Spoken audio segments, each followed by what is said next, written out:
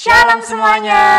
Bersyukur kita ketemu lagi di Sil hari yang kedua bersama saya Kak Sandy dan Kak Cita. Bersyukur banget nih ya Kak, kita bisa ketemu lagi sama adik-adik di Sil hari yang kedua. Dan saat ini sebelum kita awali acara kita pada kesempatan hari ini, kita mau berdoa bersama-sama di dalam doa pembukaan. Mari kita akan bersama-sama dalam berdoa, ikuti doa Kak Sandy ya. Mari kita akan berdoa. Tuhan Yesus, kami bersyukur untuk hari yang kedua ini Tuhan, untuk kami bisa bersama-sama dalam acara Sil ini. Berkati Tuhan Yesus sepanjang acara ini dari awal sampai akhir. Terima kasih Tuhan Yesus. Haleluya. Amin. Amin. Terima kasih Kak Sandy. Nah, adik-adik, kita di Sil ini kan ada temanya ya Kak. Betul sekali. Nah, adik-adik ada yang tahu, ada yang masih ingat tema kita di tahun ini? Betul sekali. Masih ingat ya tema Sil 2020? Kita akan sampaikan bersama-sama ya, kita mau ucapkan bareng-bareng ya. Sil 2020, aku pendoa yang hebat. 1 Tesalonika pasal 5 ayat 17. Selain tema, kita juga ada yel-yel. Betul sekali. Masih ingat deh adik-adik yang ada di rumah? Ingat? Pastinya masih ingat. Yuk kita semuanya berdiri. Kita akan ucapkan bersama-sama dengan penuh semangat untuk yel-yel Sil 2020. Sil 2020. Pendoa yang hebat. Aku, kamu, kita semua. Yes, yes, yes. Nah, biar tambah semangat, kita mau memuji Tuhan ya Kak Sandy. Betul sekali. Pujian yang akan kita pujikan yang pertama adalah Berani Tampil Beda.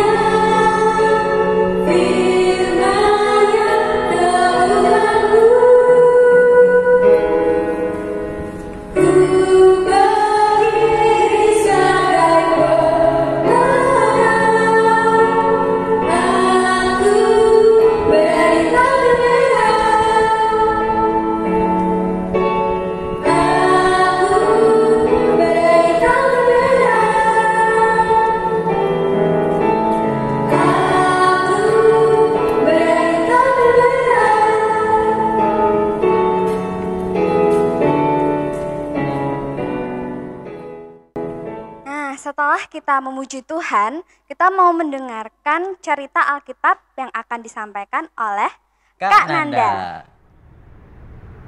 Hai, Kak Nanda senang sekali pada hari ini kita bisa bertemu dalam Sil hari kedua. Saat ini Kak Nanda gak akan sendirian dalam menyampaikan cerita Alkitab kepada adik-adik. Kak Nanda akan kedatangan seorang tamu loh. Apakah adik-adik penasaran? Tamu Kak Nanda berasal dari negara yang sangat jauh. Bahkan Kak Nanda belum pernah ke sana. Cerita kita hari ini ada di dalam Daniel pasal yang ke-6 ayat yang ke-1 sampai yang ke-28.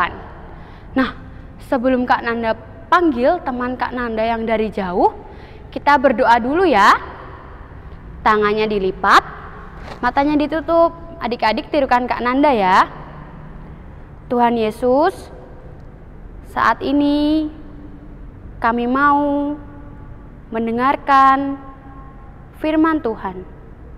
Pimpin kami agar kami mengerti firman-Mu dan melakukannya. Dalam nama Tuhan Yesus, kami sudah berdoa.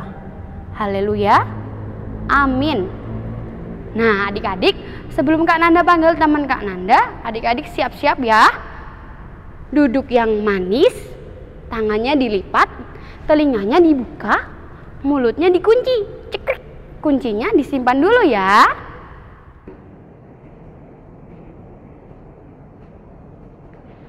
Halo anak-anak, apakah kalian tahu siapa aku? Aku adalah seorang laki-laki yang kuat. Aku menjadi pejabat di sebuah kerajaan. Namun pada waktu itu aku dihukum. Aku dimasukkan ke gua singa. Apakah kalian tahu siapa aku? Benar sekali, aku adalah Daniel. Apakah kalian mau tahu kenapa aku sampai dimasukkan ke gua singa? Gua singa sangat menyeramkan, penuh dengan singa-singa yang lapar. Jadi pada waktu itu, aku adalah orang yang dikasihi raja.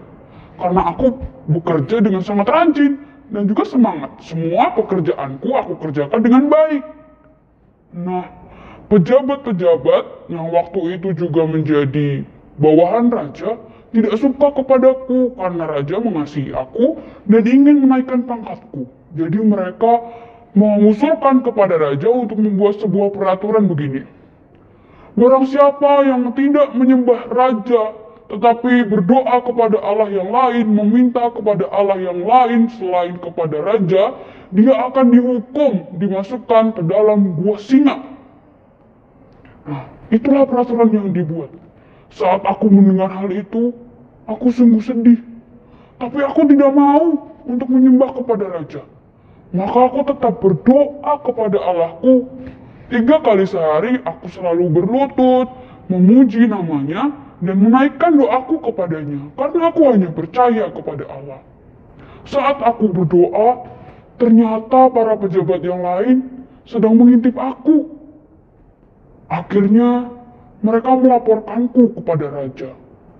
Raja tidak berkuasa untuk mencabut hukumnya, meskipun dia mengasihi aku. Dengan berat hati, dia tetap menghukumku. Aku dimasukkan ke gua singa, sangat gelap dan penuh singa-singa yang lapar.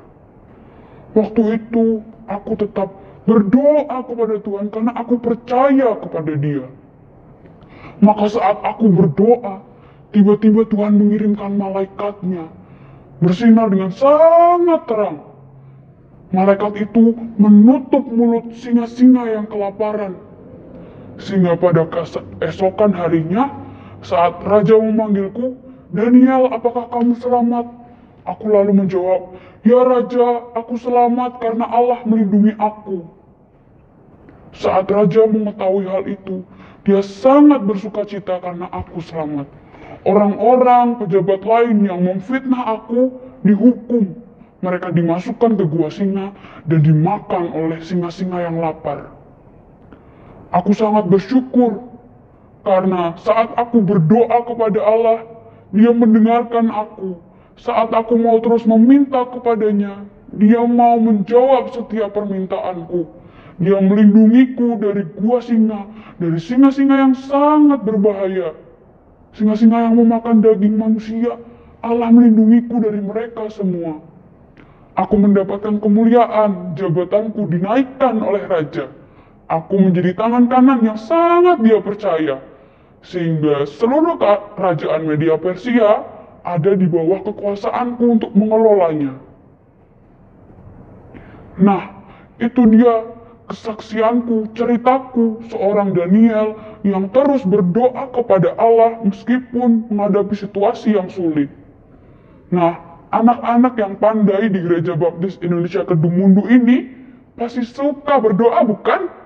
Apakah kalian mau berjanji untuk menjadi seorang pendoa yang hebat, yang terus-menerus berdoa meskipun keadaannya sangat sulit, membuat kalian takut, membuat kalian bersedih? Maukah kalian terus berdoa? Jika kalian terus berdoa, terus meminta kepada Tuhan, Tuhan yang baik mendengarkan doa kita. Seperti pengalamanku yang dikasihi Tuhan, Tuhan tentu juga mengasihi kalian. Maka dari itu, tetap semangat berdoa ya. Jangan pernah malas ataupun jangan pernah lupa untuk berdoa. Ajak mama dan papa, kakak dan adik untuk selalu berdoa.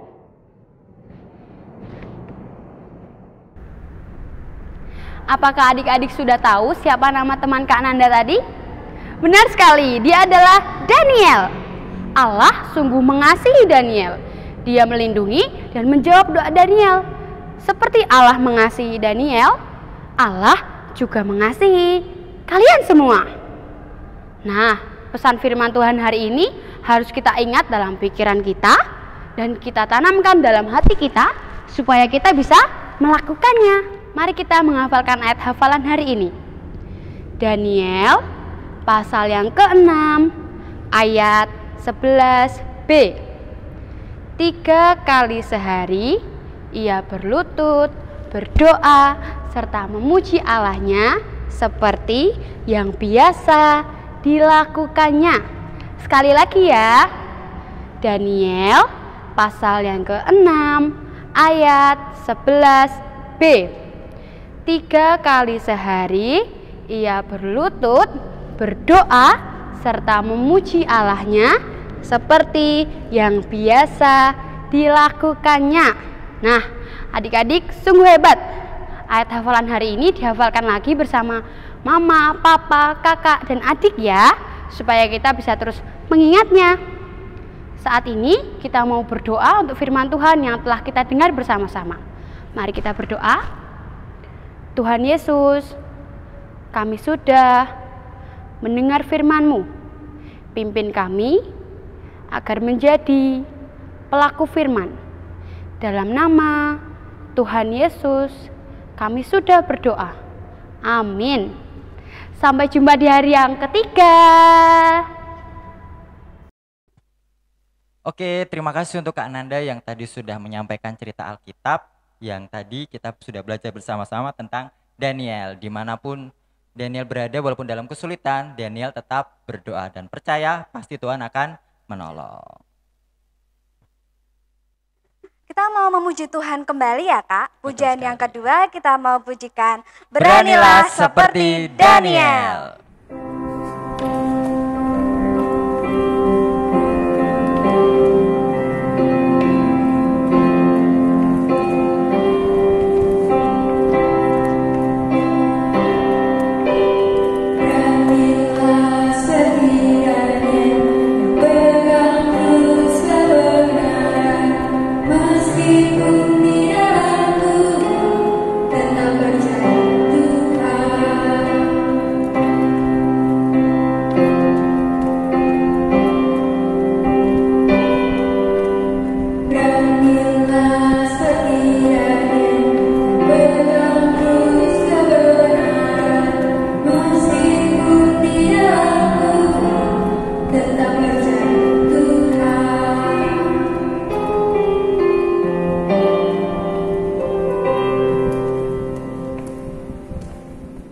Setelah kita memuji Tuhan kembali, kita mau mendengarkan lagi nih adik-adik cerita teladan. Siapakah yang akan kita teladani di cerita teladan kali ini? Nah, cerita teladan akan disampaikan oleh Kak Anggi. Hai anak-anak, kita tadi sudah belajar bersama-sama tentang cerita Alkitab yaitu Daniel. Dan sekarang kita akan bersama-sama belajar cerita teladan dari seorang tokoh yang berasal dari Tiongkok, seorang pria yang berprofesi sebagai pendeta. Nah, dia adalah ini namanya Pak John Sung. Pak John Sung ini terlahir dengan nama Sung Siong Ge pada tahun 1901 di Tiongkok. Nah, Pak John Sung ini ayahnya juga seorang pendeta. Dia memiliki watak yang sangat unik. Dia gesit dalam segala hal dan dia juga sangat cerdas. Cerdasnya bahkan mungkin terlampau cerdas. Dia sangat-sangat cerdas. Namun dia juga seorang yang mudah marah dan juga keras kepala. Nah, Pak John Sung ini pada saat dia berusia 12 tahun, dia Bahkan karena kecerdasannya, dia mampu menghafalkan kitab-kitab seperti kitab Mazmur, kitab Amsal, dan juga kitab-kitab Injil. Dan pada usia 12 tahun, dia mampu menggantikan ayahnya berkhotbah ketika ayahnya sedang sakit. Nah, sebegitu cerdasnya sampai akhirnya pada usia 18 tahun, dia pergi ke Amerika dan juga mendapat beasiswa untuk belajar di sana. Pak John Sung ini dia belajar tentang kimia. Dia begitu menyukai kimia dan dia banyak belajar tentang kimia. Nah, meskipun dia mendapat beasiswa, tetapi untuk biaya hidupnya dia harus membiayai hidupnya sendiri. Nah, dengan begitu dia tidak bisa membiayai hidupnya sendiri karena dia tidak melakukan apapun. Akhirnya sambil belajar, sambil berkuliah, dia juga bekerja sebagai pembersih sampah dan juga pembersih mesin pabrik. Sampai akhirnya Pak John Sung ini dia melanjutkan studinya sampai ke doktoral. Dia melanjutkan studi sampai doktor. Meskipun begitu, dia melakukan studinya ini dalam waktu yang sangat singkat. Karena apa? Karena kecerdasannya. Nah, Pak John Sung ini ketika dia sudah belajar, dia sampai mengambil studi doktoral, tapi dia merasa hidupnya sangat-sangat hampa. Dia terus mencari arti hidupnya. Sebenarnya aku ini hidup untuk siapa sih? Sebenarnya aku hidup untuk apa? Dia terus memikirkan hal itu. Sampai akhirnya dia teringat juga terhadap firman Tuhan yang disampaikan oleh Rasul Paulus, yaitu untuk mempersembahkan tubuh dengan sebagai persembahan yang hidup, yang kudus dan yang berkenan kepada Allah. Dia terus memikirkan apa yang akan dia lakukan, dia terus memikirkan apa yang menjadi tujuan di dalam hidupnya. Sampai dalam pencarian hidupnya ini, dalam mencari tujuan hidupnya, dia selalu bangun jam 4 pagi untuk berdoa. Nah, di sini apakah ada anak-anak yang juga bangun jam 4 pagi untuk berdoa seperti Pak John Sung? Ini patut diteladani ya. Dia bangun jam 4 pagi hanya untuk berdoa. Dia berdoa untuk mencari tujuan hidupnya. Sampai akhirnya dia memutuskan untuk meninggalkan kimia dan menjadi seorang penginjil. Meskipun dia tahu dengan menjadi seorang ahli kimia, dengan berbagai pekerjaan yang mampu ia lakukan, ia tetap bisa menjadi saksi Kristus. Tapi dia memutuskan untuk menjadi penginjil, khususnya penginjil di Asia. Nah, dia terus melakukan penginjilan di Asia, bahkan termasuk di Indonesia juga, termasuk di Semarang juga. Dia melakukan penginjilan sampai di Semarang ini. Nah, karena begitu tekunnya dia sebagai seorang penginjil, dia mampu menghasilkan banyak orang yang percaya kepada Yesus dan juga mampu memberitakan Injil juga. Nah, setelah menjadi seorang penginjil, dia lama-kelamaan tubuhnya menjadi lelah dan berkali-kali dia masuk ke rumah sakit sampai akhirnya dia meninggal. Nah, begitu cerita tentang Pak John Sung. Tetapi kita mampu meneladani sesuatu dari Pak John Sung. Dia adalah seorang pendoa yang hebat sama seperti kita. Kita juga harus menjadi pendoa yang hebat.